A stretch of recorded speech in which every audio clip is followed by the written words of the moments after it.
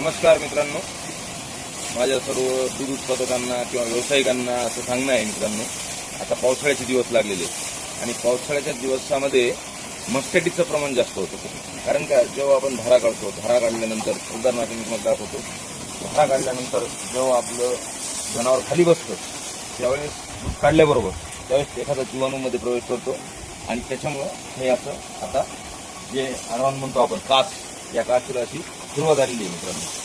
तेव्हा ही आता सुजलेली आहे मित्रांनो. आता हिला आपल्याला आता विलास करायचा आहे, कारण लगेच याच्यावर काय होईल, जर तात्काळ जर आपण विलास केला तर लगेच आपला प्रॉब्लेम सॉल्व्ह होऊन जाईल. आता बघा, एकदम दगड हरी कास कडक झालेली आहे मित्रांनो आणि ही 10 लिटरच्या पुढची गाय आहे मित्रांनो.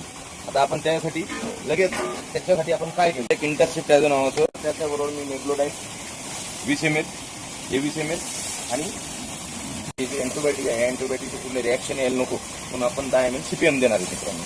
तर साधारणतः आज दिल्यानंतर संध्याकाळपर्यंत ती त्रास उतरून गेलेली असेल. किंवा हार मानू नका मित्रांनो. आता मी बऱ्याच मोठ्यांवर हे दिल्यानंतर आता या पावसाच्या सीझनमध्ये काय होतं, त्या गाईचं झालं का त्या गाईचं लोक परेशान होतात. आपल्याला माझ्या एका मित्रांनी सांगितलं माझ्याबरोबरचे, ते म्हणे नाही आम्ही कंटाळून गेलो म्हणे, कारण हे मस्टॅटिस एका गाईचं क्लिअर करत नाही तोपर्यंत दुसऱ्या गाईचं. त्याचं कारण आहे मित्रांनो, पावसाळ्याचे दिवस थोडीशी जागा प्रस्तुत आहे. तेव्हा अशा पद्धतीने आमचं लगेच क्लिनिंग चालू असते. लगेच म्हणजे दिवसातून एकदा तरी क्लिनिंग झाली पाहिजे.